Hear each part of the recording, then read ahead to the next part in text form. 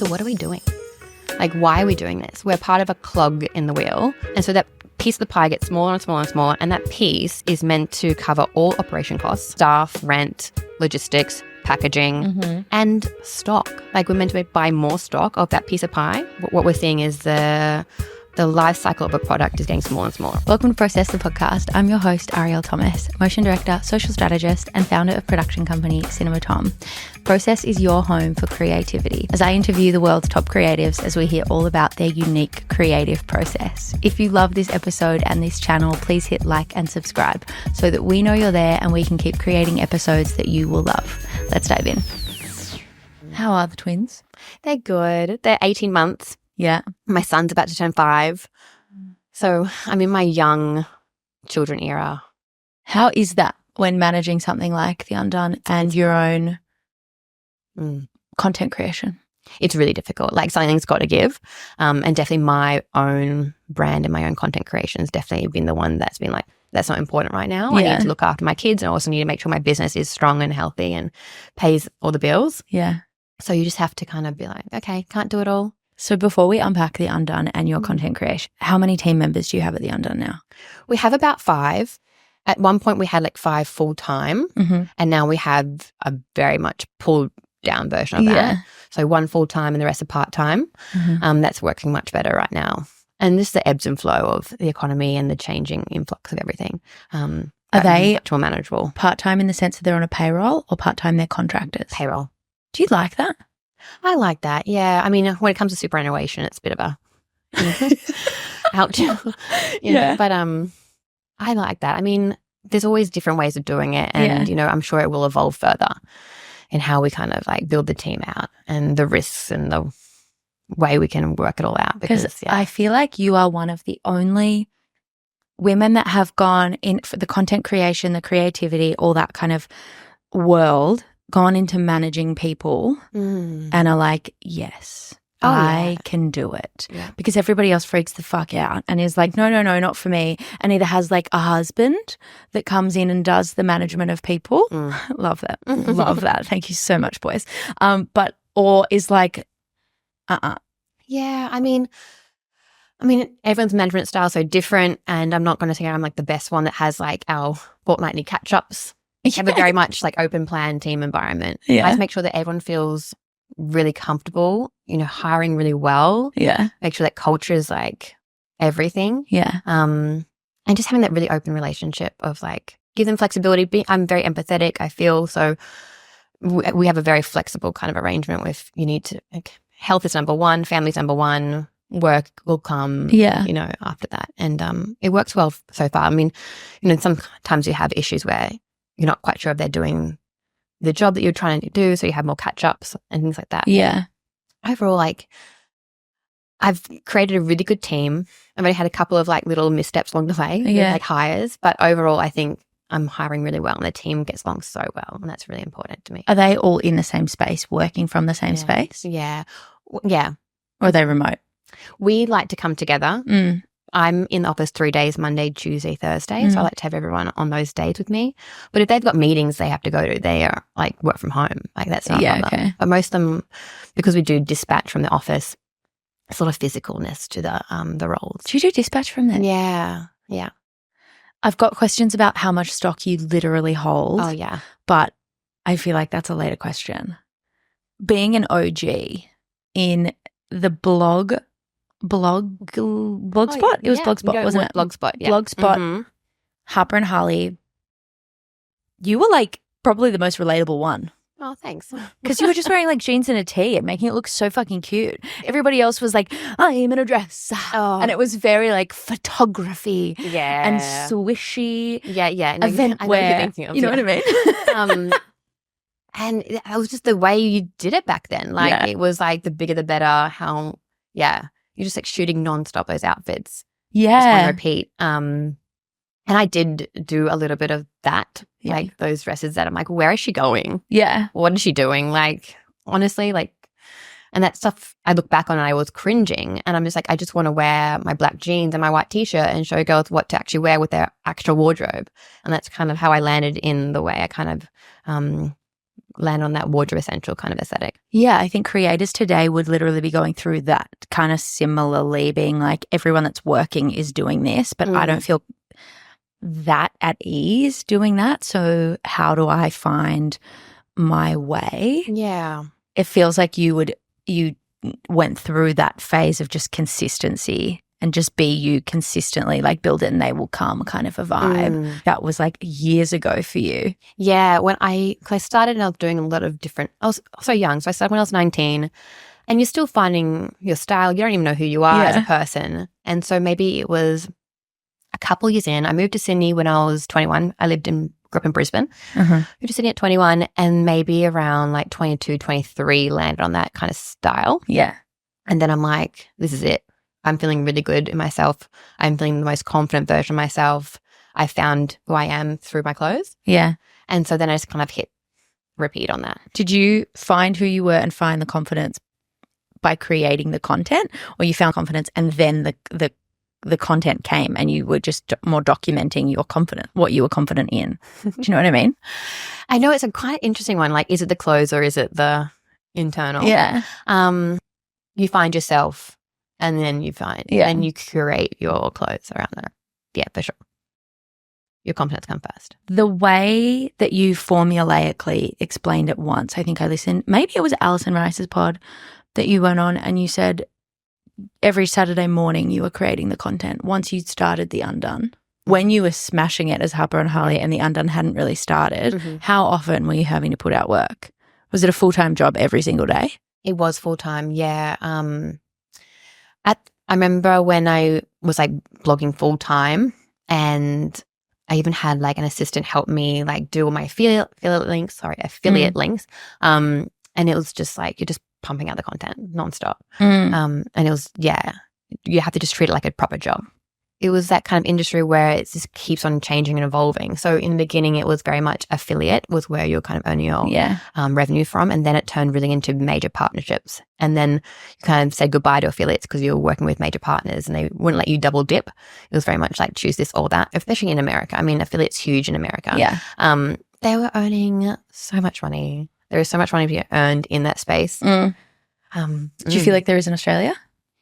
We have a smaller market, but people are still looking to buy things from a created lens, from a trustworthy voice. It was very formulaic when you were doing your standing in the middle of the street or whatever, however you posed and did all that. How did you land on those formulas? I feel like it's so cozy and comfy for me to see because I'm like, yay, Sarah. But then if I did that for myself in content, I think people would be like, oh, for fuck's sake, in your house again? Yeah. You know? And people do get bored. I think what I love seeing, and I think what we all love is like seeing what's behind that person. Yeah. They're like, okay, cool outfit, but love the couch. What's there? What's on your, like, what book are you reading? Okay? Yeah. Like that little bit of insight. And so I've been shooting the same position in my house for a little bit. I just need to, like, you just want to kind of find new spaces or like design a little bit different, like move some things around. But really those locations are bound by time or resources. You know, it's a lot of the outside street photos we're doing with the Undone was like outside our office or it's in my home. Yeah, like, you're always close by. Yeah, it's like rather than drive somewhere and have a model change in the car or like make it really awkward, it's just like, no, we know this works. Let's hit repeat on it because less factors to deal with. How would you then translate that like advice to others that want to be creating content?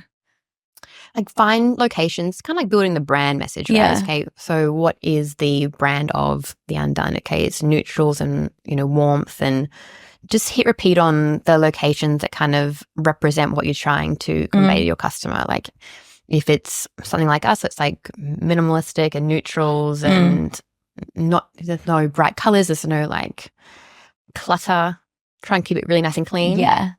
And just, repeat so people feel comfortable. They feel like they know that space is yours. So you're like, oh, that's an Undone location. Got it. Did you do that for your own brand in Harper and Holly? I did a bit. Like I went and just shot in like Paddington, like those nice homes in Paddington on the street. Yeah. A fair bit. Like, let's do that corner, you know. And everyone had their spots. Like some people were shooting, you know, at the Opera House or under this Harbour Bridge, and that was their location. So many eyeballs at the Opera House. Whoa. Right? That I'd be too like, oh, please don't look at me. And people do that all the time, like overseas as well, everyone finds their spot. How did you get out of the comfort zone when like people are walking past you shooting? Oh, it's the worst. Just be quick. Be quick. Be really good at your job. Like get the shot, get it done. Okay. And then you check the camera, make sure you got it. But I kind of just like, not everyone will look. Well, you have to just like, zone them out. Do you hire a photographer every time? I used to, yeah. I just really have not had the capacity to do that for ages. Right. Yeah. So what do you do now? Just shoot it yourself? Yeah, now I've just got those little sticky things on the back of my phone. Stick it to yes, classic. Stick it to the window. Whoever invented that must be a very rich person at this point. Genius. Just like self-made content at the moment. Nice. But I need to get back into the rhythm. I mean, like once you have it in the schedule and once you like make it a constant thing. Yeah. It's just that time. So let's talk about your content creation career. So when you are working with Nadine, for example, when you've got the business and you've got you, how are you juggling the two of them to be like, I can take on, have you set like a KPI with her? Like, you know what, I've got a space for one shoot this week, or like, how does that work? I've known Nadine for such a long time. She's been my manager. I don't even know how many years now. When she was like at decade. Yeah. Yeah. Okay. I'm a very big loyalist, so I just like stick to my people. Okay. And she's fantastic and she's got a great reputation and can just get things done. But we just like really know each other well, and she knows she knows exactly what kind of brands work for me. She'll still like make sure I check things and make sure like, can I say no to this job? I'm like, yes, we can definitely say no to that job. And then we just kind of talk about like what my workload's like at the moment, if I have capability to do things.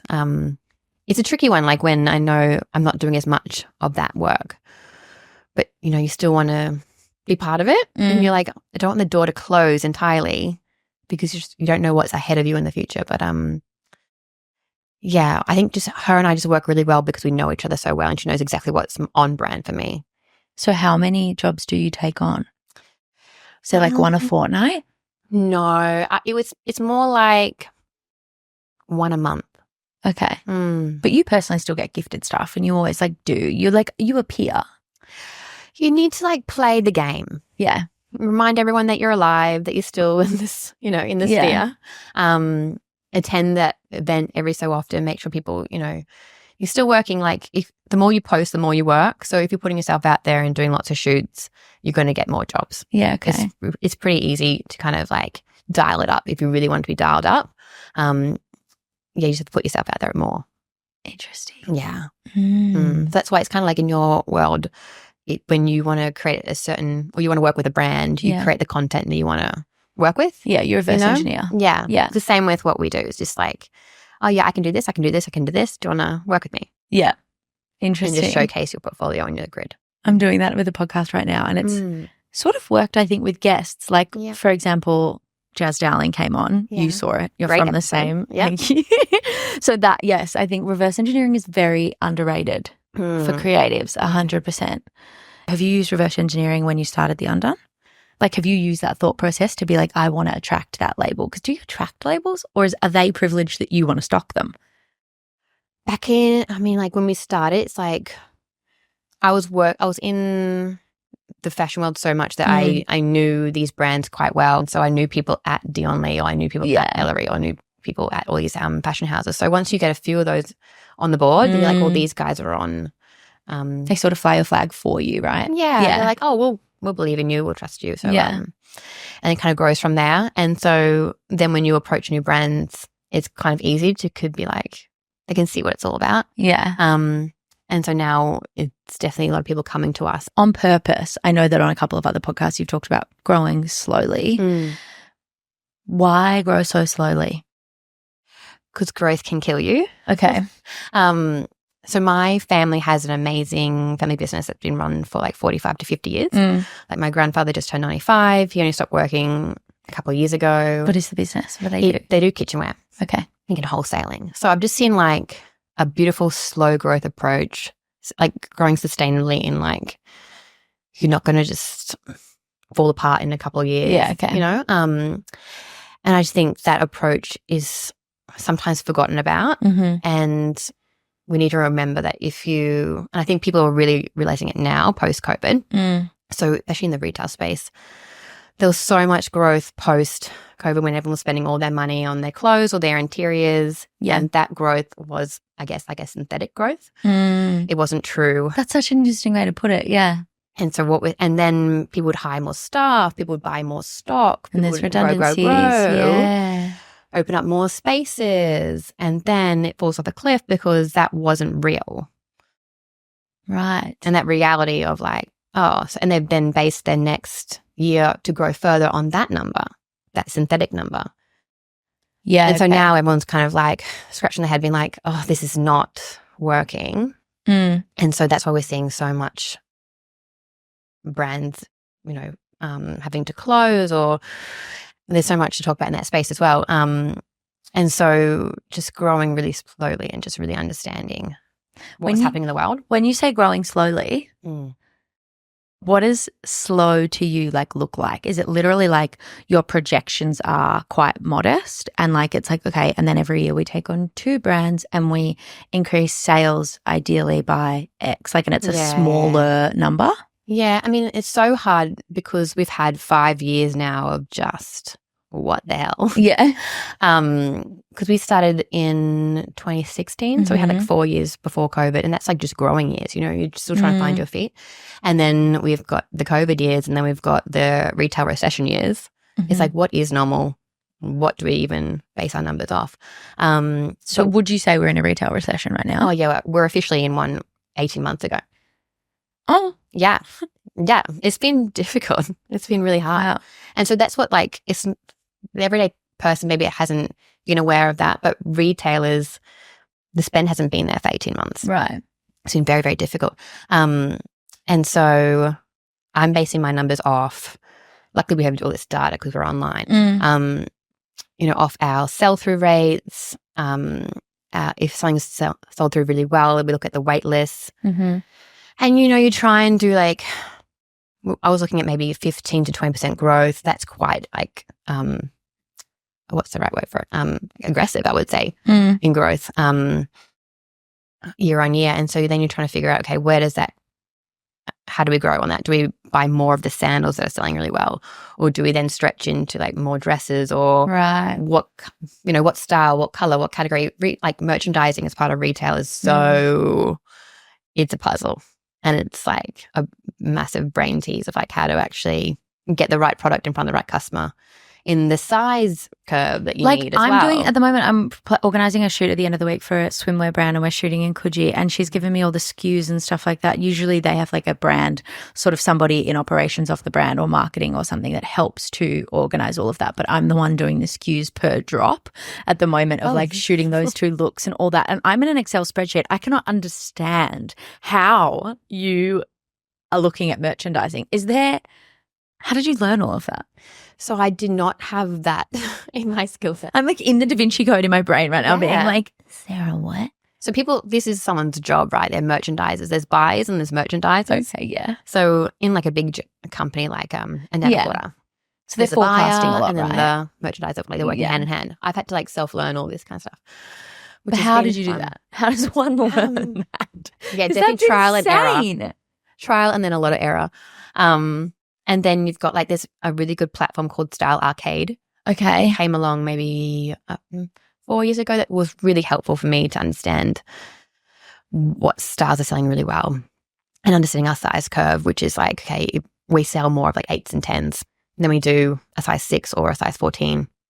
And to really understand the depth you buy in each of those size runs. So what does that literally look like in a Style Arcade? Is it just you've got your products, you've got your sell-through, you've got all these columns with all the information of your sell-through rates, or the first 6 weeks sell-through, the stock on hand, the opportunity of your stock on hand as well. You might have like You can sort through Does and it be go like, like green for what's in good and then red so that you're like, oh. they do a little bit of that actually. They do colours, but That's so there's so much to learn in there. Oh my God. You can spend like a lot of time analysing, but then I'm also on the other side of it being like, okay, well, what do we need to do to sell that? We need to do a social media post. I need to do a reel. I need to do the EDM. I need to do the homepage, and then you're across it all trying to actually sell that product. When you've got data like that to make decisions, are you really true to the data these days, or are you more like, no, I know style and I know my customer, and you kind of move from, are you a data girly or a gut girly? I know that the styles that I truly believe in, they sell best. Okay. Yeah. And so usually your as gut long is as correct. my gut is backed up by data, which is nice. Yeah, wow, that's like, I know my brand. Hee hee. Yeah, exactly. Thank God. Right? Because otherwise I'd be screwed. How many times did you get that wrong? In the early days, a lot, because we're stocking these like household brands that you thought, it's that brand, so that will do really well. And it didn't. Just because it has a label on it does not mean it will sell. Right. So I had to learn that lesson the hard way. When you go through now and you're like, I need to do a reel for that, or I need to do this, can you literally move your units because you make content? Yes. You personally? Yes. Yeah. That's wild. Yeah, it's quite powerful. It's good. Without giving too much away and being nosy, how many units can you move? It really depends on the price of the product and the depth as well. So you have to make sure that, you've got the units to back it up. But if we're doing like a walkthrough of a brand, or, if we can get a lot of eyeballs on a reel, I see that stock moving like straight away. And then when I saw the Undone labels, I was like, you sneaky devil. Yeah, I'm really excited. There's a little bags just sitting over there actually. So we just did these little like pouch bags as a bit of a test and learn. Yeah. But then hopefully next year there might be a bigger play there. Okay. But it's just like, has that always been the dream? I mean, I did want to be a fashion designer when I was in my teens. Okay. And then, twists and turns led me to curating rather than designing. But I think there's still that second wind in me to like pursue that original dream. Wow. But test and learn, test and learn, test and learn. Yes, of course. Yeah. I had something similar in leather from another brand. Loved it. But what I found was that like leather doesn't always lend to every occasion, and I just wanted a fabrication version. And so we did like 4 fabrications. And it's kind of like that everyday little bag you just grab. And has all your things in it. I'm going to an event later, so I'm going to use that as my little event bag. It can go around your wrist. You can hold your drinks and shake hands without it being a problem. And it's no logos and all that jazz. So I love that. Yeah. How big are you thinking?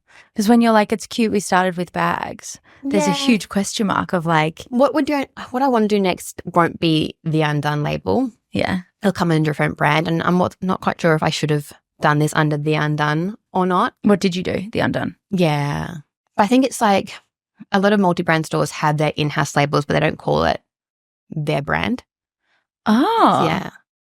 So like, I don't know, when like Matches had Ray, I think it was called, Net-a-Porter had a few. What do the Iconic have? The Iconic's they've got a whole bunch. Right. A whole bunch, yeah. So is that what you're going to do? Have a few. Yeah, I think I'd like to do it that way. That's so interesting. Yeah. Well, I know, like I've been hesitant to do it for so long because I think you can like cannibalize the brands that you do stock. Yeah. Or like go over the line of influence, like being influenced by their other designs. Yeah. So, but I feel like I have a good ethical line of wow. kind of. Is that exciting to start a brand? Scary. But I am excited. I so want to like leave something on the table that I wish I did. You know what I mean? You have a legacy outlook you've got there. Yeah. Or like, you can dream. We're getting older. Yeah, okay. Or just like retail's so tough. It's just like, yeah. Well, just give this a crack. Yeah. And see what happens, And I've learned so much over the last 8 years of running the Undone and my gosh, what the customer wants and what she needs. And yeah, I think I can offer her something that's different. How long was this in the making for? The bag was, I think, only this year really. So what happened was we hired a team team member, and she has, for e-commerce reasons, and then she has a background in production and product. Okay. And so she has the capabilities of being able to bring something to life. I'm like, oh, I wouldn't have jumped on this if I didn't have someone to kind of help me out and lead the way. So having her around, and she's like, we can do this. It's not as big a deal as you think it's going to be. And just have someone reassure you that like, it's not this big thing that's so hard to execute. I think this only took like 6 months. Okay. Even maybe slightly less, because we're all like made in Australia. Yeah.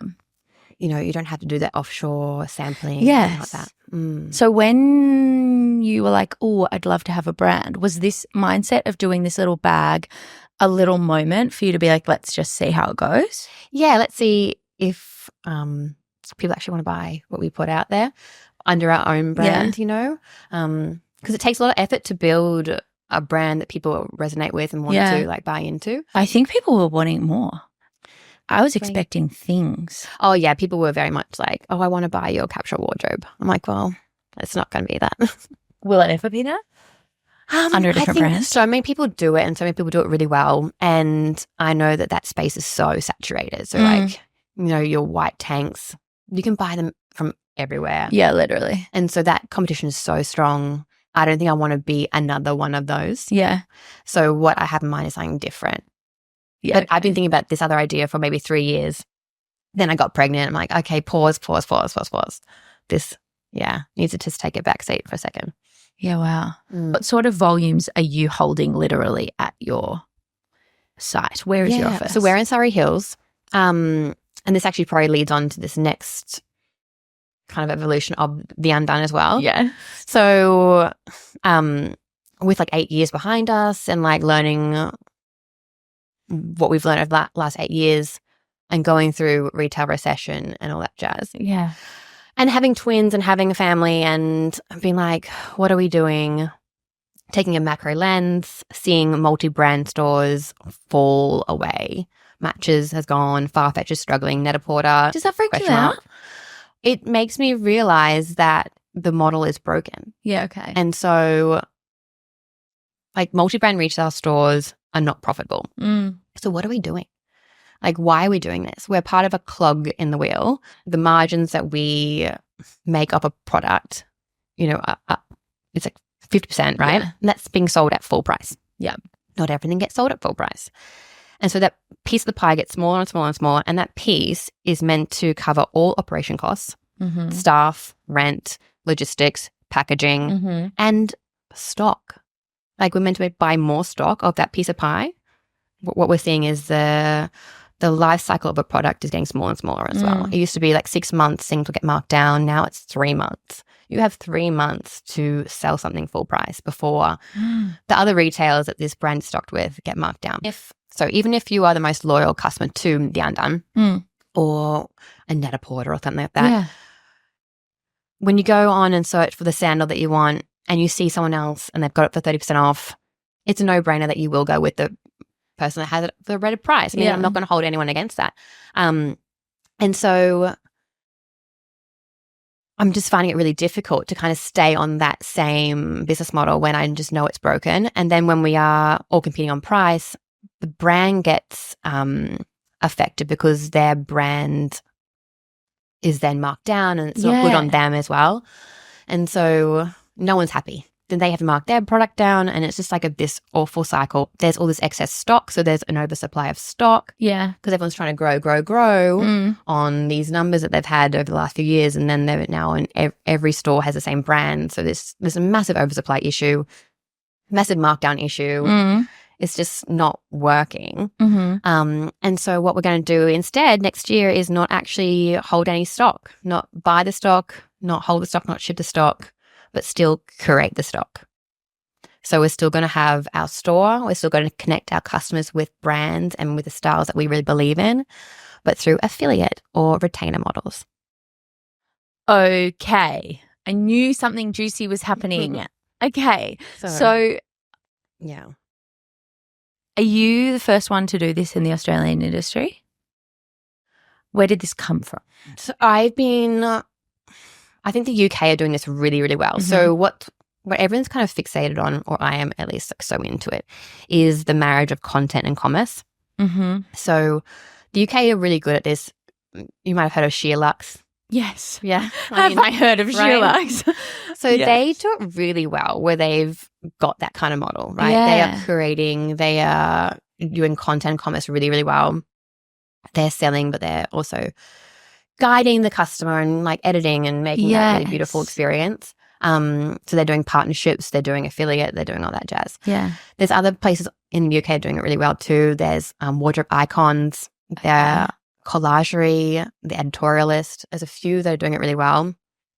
I find the US is a little bit like a bit more clunky, a bit more commercial. Vogue, especially Vogue US, is kind of re-engineering so their content and they're trying to be commerce. But people don't come to Vogue to shop really. They're kind of going there because of celebrities or runways or things like that. But what I like about what the UK do is it's very much like fashion first and not, I hate when people serve me like what the royals are wearing or what XYZ is wearing. Like, I don't actually care. Yeah. Please stop telling me about all this stuff. I just want to know the best of what's new, what I should find out. I just think that no one's really doing it really well in Australia. So, well, how does that, oh my God, this is such a can of worms. Yes. Oh my God, so much to cover.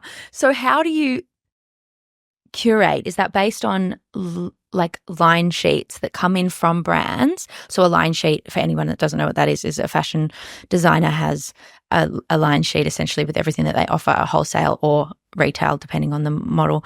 And it's literally line by line item of every piece that they're going to create for the season. It's kind of like attacking it like I do as a buyer, right? Yeah. So we're talking to the brands we already stock. I'm going to try and see the collections when we would usually see them or part of a press showing. Yeah.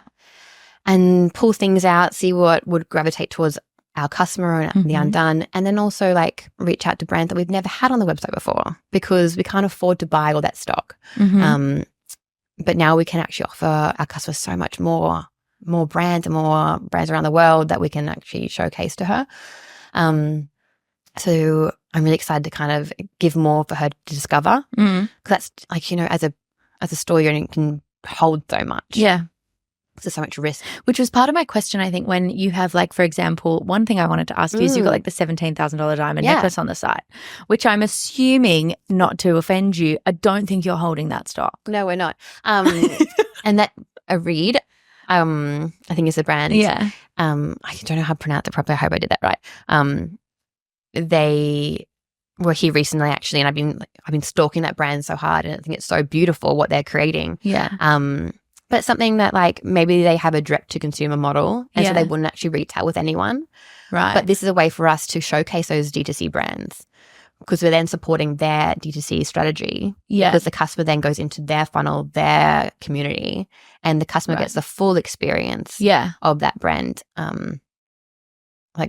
To shop with them, the customer service, the packaging, like that's what's different about multi-brand retailers. Like sometimes you want that totem experience, but you're buying off XYZ and it comes in a satchel and you're like, well, that's not the experience I wanted. Yeah, okay. I want the box. I want the full like immersion. Yes. Okay. So does this mean that you personally will be more of an editorial lens in this curation that you're doing? We're definitely marrying e-com and content together. So we still want to be thought of as a shopping first site.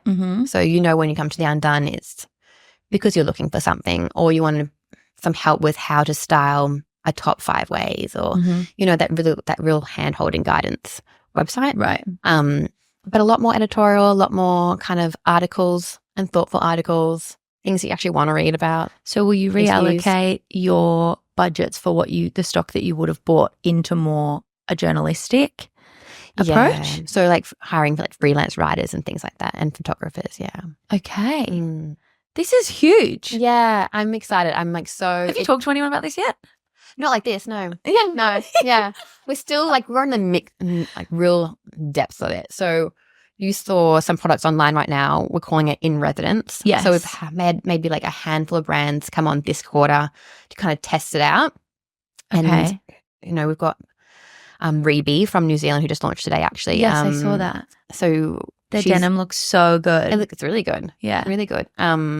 And so we're directing a customer, we're introducing our customer to that brand.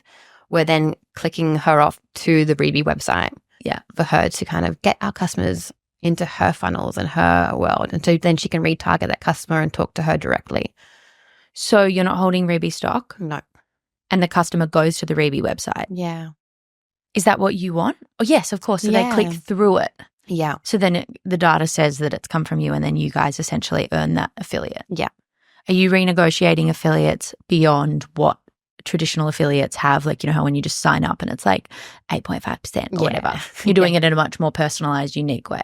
Because we are doing extra value, because we are creating content for brands, because we are doing like EDMs or social media support or all these extra things, it's this like hybrid model of like affiliate, retainer model, that kind of vibe. How does that work? So for brands that have like a 3-month season, like a fashion brand, they'll sign up for a 3-month window, and that's the in-residence time frame.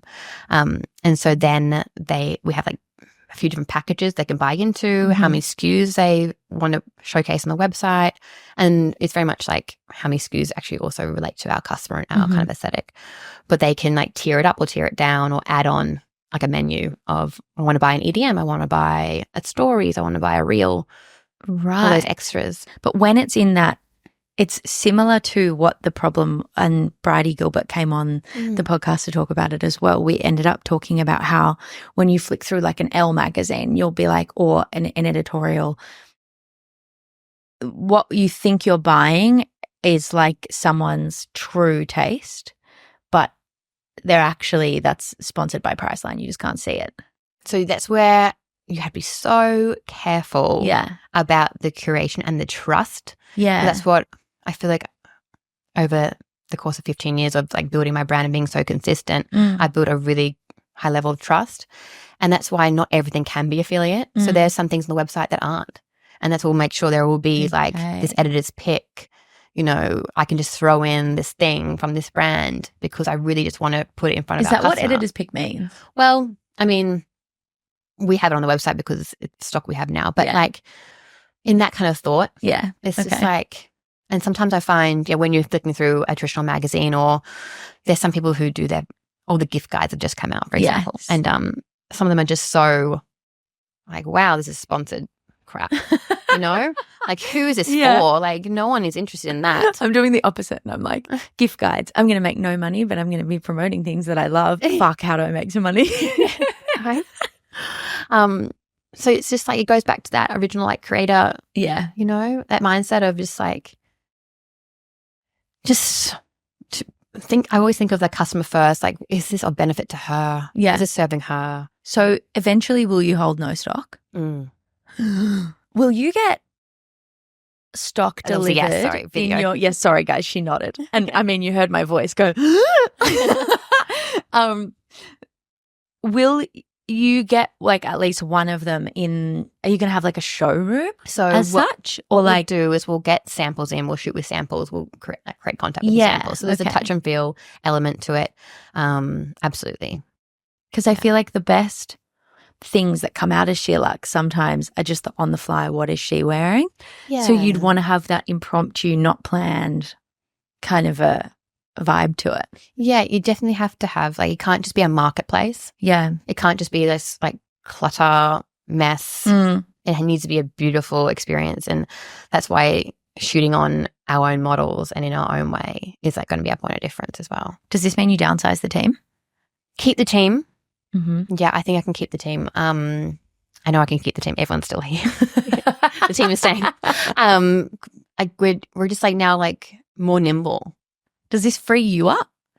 This makes me less stressed. Okay. So I think I'll be working in maybe the same level. Is it because you don't have the upfront cost to be buying product? Just the element of like owing people money, I find very overwhelming. Yeah, okay. Especially over the last few years where it's like, oof, those invoices are getting big. Yeah. And as you grow, those invoices get bigger and bigger and bigger because you can sell more stock. So then the invoices get huge. And then you're like, oh, that is quite significant now. Like, and if you can't pay on time, then there's a feeling that's very uncomfortable. Yeah. And so I just don't like being in that position, and I just need to get out of there. How so big pivot's good. Could the Undone in this new business model be? Do you think about that? I think it goes back to slow, being careful. Yeah. I don't want it to be something that's too big. Yeah. Because also you have to come back to that, like, what am I building this for? Yeah. What kind of life do I want to live? Mm-hmm. Am I just going to be putting all this extra pressure on myself to like make this happen, make this work? But I'm just trying to live a nice, balanced life and taking some pressure off. Okay. Have my workload be manageable. Because you look at this new affiliate where it's sort of like you're taking the, I'm not going to say shackles off. Like, it took a long time for me to get to that place of being like, it's not working. And, you know, as a business owner, it's really hard to get to that point of like, this isn't working as it is now. What can I do about it? And so that decision was really difficult. But as soon as I made that decision, I feel so much better. how did you literally come to it? Do you do like sessions solo where you look at numbers and you're like, let's go. How are we going to figure this out? Like what, or was it like a little mosey over on Sheerluxe to be like, I think it's like breaking point. You're just like, this is not working. And when was it? When did breaking point happen? Oh, I feel like it's happened many times over the last 18 months. Okay. So the retail recession we were talking about earlier came exactly when I had my girls. And so I'm home with young children watching my business just like fall apart. I'm like, great. Is this me? Was that my fault? Because then no one talks about it. And it takes a while to then hear the news. Like it takes 6 months for people to report on sales. And you're like, oh, thank God it wasn't just me. It's everyone. Everyone's up the shit creek. And so, but then you're like, because we buy 6 months ahead of time, you have to make your decisions 6 months before. And so then it's kind of like this season I was going to have to buy autumn, winter. And I'm like, I'm not going to do it. And then I have to tell brands that I'm not going to buy their stock as well. Very difficult. The funny thing with this one is like I flip the coin. So instead of me paying them a sum of money, I'm asking for them to pay me a very small amount of money. But then it's like this tricky like flip where like, what do you mean? So how have you done the maths on that to be like, that's the best way forward? Yeah, I've put it all in spreadsheets and calculations and like when you literally started to do it, do you have somebody that does all your, I'm assuming you have somebody that does all your numbers and stuff with you for you? We have an accountant and that kind of stuff, but this is set up a meeting and you're like, crazy idea. Like what happened? This is like really me doing my numbers myself. Okay. Yeah. But like just knowing that the current business model is not working is enough to make you then think, well, what can work? And the biggest cost is stock. It's so brave. Thanks. Yeah. Having young children, you lose a lot of self-confidence as well. There's a thing that happens with your hormones. And so then you're like, okay, I need to like build up my bravery, build up my like. Really? Yeah. It can really mess with your head. And so. You seem great. Oh, thanks. I've come a long way. But I'm surrounded by like very supportive friends. Like, yeah, okay. You know, a lot of business women, a lot of people can really like lean on. And thank God I've had those people in my life and being able to like get through this with them. Yeah. So has it, when you say that, you make it sound like it's actually been really quite cooked in the past 18 months. Totally. I've never cried so much in my life. Like, wow. So intense. I think. Because you're very perky when you say retail recession. So that whole thing. You don't give anything away. Yeah. It's brutal. I think people are really hurting. Yeah. People are really, really hurting. And also, like then I know the customer, she can't afford her lifestyle as well. Like they've got mortgages, and most of our customers are like between their late 20s to 45. She's got young kids. They've got maybe bought a property. They're paying mortgages. They're doing childcare fees. They're exactly what I'm going through. And it's just like there's not much money out there for anyone to kind of like buy something special with, let alone like make sure they've got things sorted. So just looking at everything with a very empathetic, understanding eye. Like I'm not living in a dream world. I'm like, we need to change something if it's not working. Right. So when does this all kind of kick off? Is there going to be like, are you going to like unveil it, or are you just going to really slowly move into it and the customer may or like will realize? Yeah. So there will be a bigger education piece to our customers, because So we've got like a hybrid system right now where there's a little bit of in residence on our website. Yeah. That she still can purchase right now. And resort is quite a very strong season to be part of. Mm-hmm. But then from February, when we go into autumn winter, that first season of autumn winter, that's when she won't be purchasing directly from us anymore. And I just have to talk her through that, being like, we're still curating for you. I'm still here to hold your hand through this. I'm still like going to show you the very best that's out there, but I'm going to let that brand give you that beautiful experience that you deserve. Like, I know that we do great customer service. I know that we do great packaging. I know that we can do this really well. And then you're kind of giving them over to someone else to do that for her, and like the refunds and like treating people like human beings, not just robots. And are you nervous? I'm hoping that she like can see the benefit of it all, Yeah. Like, I don't want her to feel like, oh, well, now I can't buy from them. I'm still hoping that she finds the site a beautiful place to go to. Yeah. I sort of think that we'll miss you. Interesting. I think we'll miss the Undone. So can you like make a candle or something so I can like have it? Like that physical touch. Yeah. I just want like a little something because I've shopped with you. It's so nice. And I'm like, yay. Like when the package arrives, I know you set that benchmark of what that feels like to do it.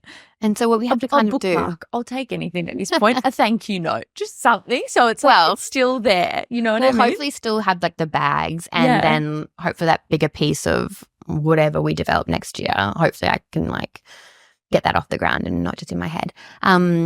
So that we hopefully have physicalness of that. But also I think, can I not be so fucking needy? Don't leave me. No, but these are real concerns.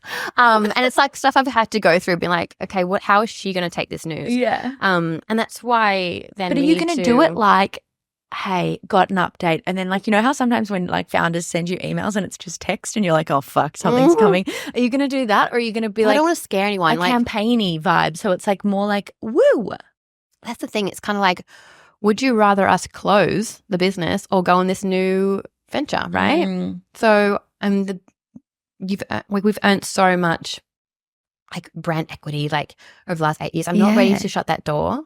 Like even though retail, as I believe it's not working in its current model, I don't want to shut the door on it. I think there's still opportunity to be unearthed there. Yeah. There's still value in the Undone brand and the curation and what we're trying to achieve, which is helping her build a wardrobe that she's going to hold on to and wear for years and not waste her money on crap. Like, so we can still offer that to her through a new lens and through a new way.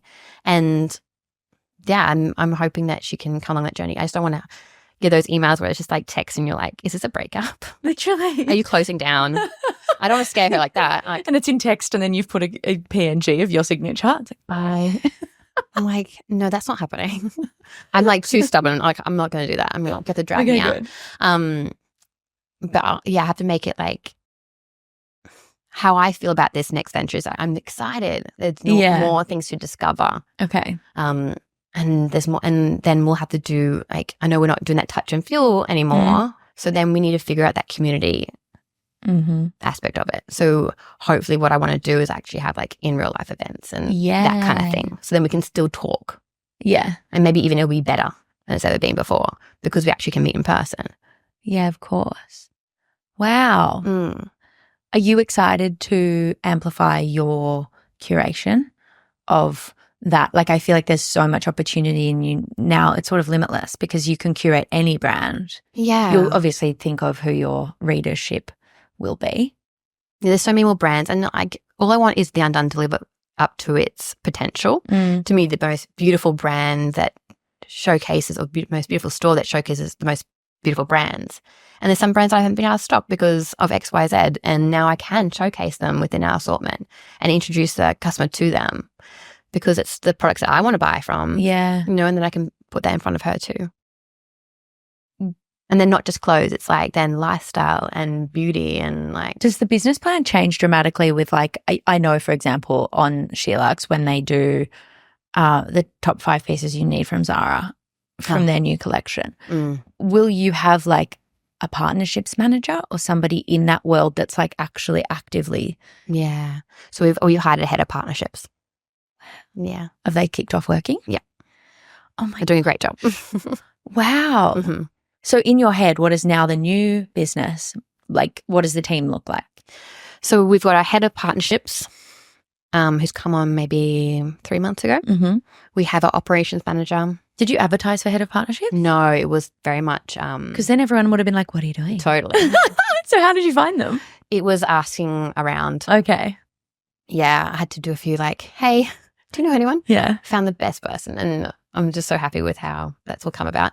And then we've got operations manager who is currently operations manager. Mm-hmm. And we'll still have that role because we still need to have products on the website. Yeah. And there's so much to do on the website. We have our e-commerce manager who also does like paid ads. So that's still going to be the right Okay. person. Mm-hmm. And then we've got this e-com / production manager role who does the bags, and hopefully, so that's role still going to be there So too. that will turn into shoots and content and all that sort of stuff? Or like producing the new Okay. range, or like walking me through how that works. And Okay. those little pieces. And then I'm like, God, don't forget anyone. And then hopefully I'll have more like freelance writers and things like that. Right. Mm. This is so fun. It is a bit fun. I'm excited. I'm really excited. Like definitely nervous energy. Yeah. But I can see it. Yeah. And I'm solving problems for a 360 point of view. Yeah. I'm solving problems obviously for us. I'm solving problems for the brands. Yeah. Because then we're not marking things down. We're sending them back to the brand. Yeah. And we're part of that, that first party data, that strategy, the direct to consumer strategy, building up, their customer base. And then the customer, she gets to see more product. Yeah. And more content. So, and we can stick around. Save the ship, What do you want me to call this episode? Save the ship. No. Do not drown with Sarah. Wow. So fun. So a lot of change, a lot of like things I've had to work through. We've only just recently told all our brands, so they had to be the ones that knew first. Yeah, of and then we had to course. tell the customer. And so it's very like, Okay. yeah. So when's this going to air? Once it like the nerves settle down and be like, I'm just so excited for operation costs to come down. Yeah, I can imagine. Yeah, The old P&L would be a little bit sad. Yeah. Okay. But we've had such great conversations with brands that haven't been stocked on the Undone before, and they're so Mhm. excited to be part of it. Has the response been great? Yeah, been really good. It's definitely harder for the brands we've had on the site before, Yeah. who are used to the traditional model, and we have to kind of educate them on why they should change their ways and consider us to be like a partner. Yeah. Difficult. Are you going to be using tools in affiliate marketing like LTK or whatever? Yeah. Okay. Yeah, we're on multiple of those sites, Mhm. and then head of partnerships are working on the bigger conversations. Okay. And it's not just like the products itself, it's in the bigger partnerships as well. Mm-hmm. So brands that we don't necessarily sell, but then it's kind of like, okay, the Undone customer, where is she driving? Where is she going on holidays? Those kind of conversations Yeah. too. Totally. The whole world. So it's like that 360 element. Is your husband considered your business partner? He's listed on my LinkedIn, in the LinkedIn as a director of the business, But but it's he's you. not involved at all. So it's you. Yeah. I am so happy that we sort of have you as an example of a woman reading the market and being like, I've got to change, and actually executing the change. That's, and as I said before, so brave to do, but Yeah. like terrifying. Yeah. But like, good on you. Thanks. Like, I'm so proud of you. Thanks. I read a lot of retail news, and I love to keep up with what's going on. And Yeah. trying to understand it. I think a lot of business owners and founders are just trying to figure it all out. And then when you're like, well, hang on a minute. They've closed. They're not making a profit. They're struggling. If Net-a-Porter can't make this shit work, how is a small Australian multi-brand store meant to make it work? And I've had lots of online conversations with the DMs are so fantastic for talking to other store owners. But how are you going? And having that nice conversation. And everyone is really struggling and it's just not working. So let's figure out a new way to do it. We're smart women. We can figure this out. Yeah. Yeah. I'm so excited. So is there like a mailing list, follow the Undone store on Insta? Like, where do you want to send the people? At the moment, like, follow us on Instagram, follow us on our newsletter, sign up on our database. Yeah, we've got a lovely database of like 40K Amazing. subscribers. It's all about like a really good quality of customer, and we've always been focused on that. Like, it's not about casting the big net. Yeah. It's really about that quality piece. I religiously open your ADMs. Oh, thanks. Because they're so calming. Oh, yeah. They're like so nice and they're not going to overwhelm me. I'm in my inbox. I'm already anxious, guys. Like, don't. The inbox is so cluttered, and now I'm also on the Substacks, and now my inbox is like really. And I also love a beautiful EDM, so I subscribe to like so many things. But recently, I had to do a big unsubscribe because I'm just like, I can't handle this. Yeah, wow. Everyone needs to calm down. What are your personal goals with your own content creation and this new way? I think that's a good question. By the way, thanks so much for not turning into a mummy blogger. Appreciate you. Well, that's another story about like not having kids online. Yes, Steph Claire Smith actually has started scribbling out Harvey's face with little emojis, and I'm like, you've made a nice choice. It feels good.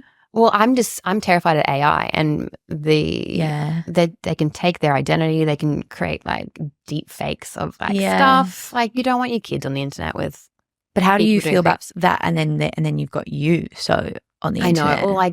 Well, I'm out there. I know. You're a lost cause, doll. Right? When I was I remember when I was pregnant with my son, I had these beautiful like outfits of me with my pregnant belly and stuff. And then afterwards, there was this. I got tagged in all these posts about, and they were using my images alongside this like fictional storyline of this lady who was like working in an office and she got knocked up by her boss. And I'm like, that's me. Like a short story or like an online thing, and then they made you the visual. Yep.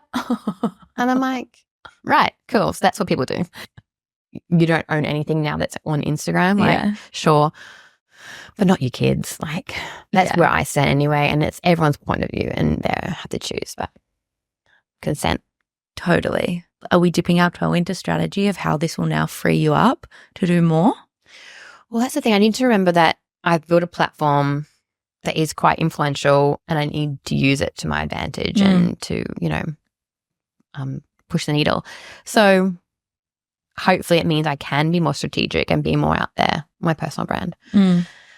That's the goal anyway. But we'll see how it all pans out. And then just like also getting out of that cloud of having young children and having more time emotionally. What does that feel like, having young children? Is it brain fog feeling? Like, what is it? It's brain fog. It's you're so tired and hormones are changing and you're not quite sure if what you're thinking is real.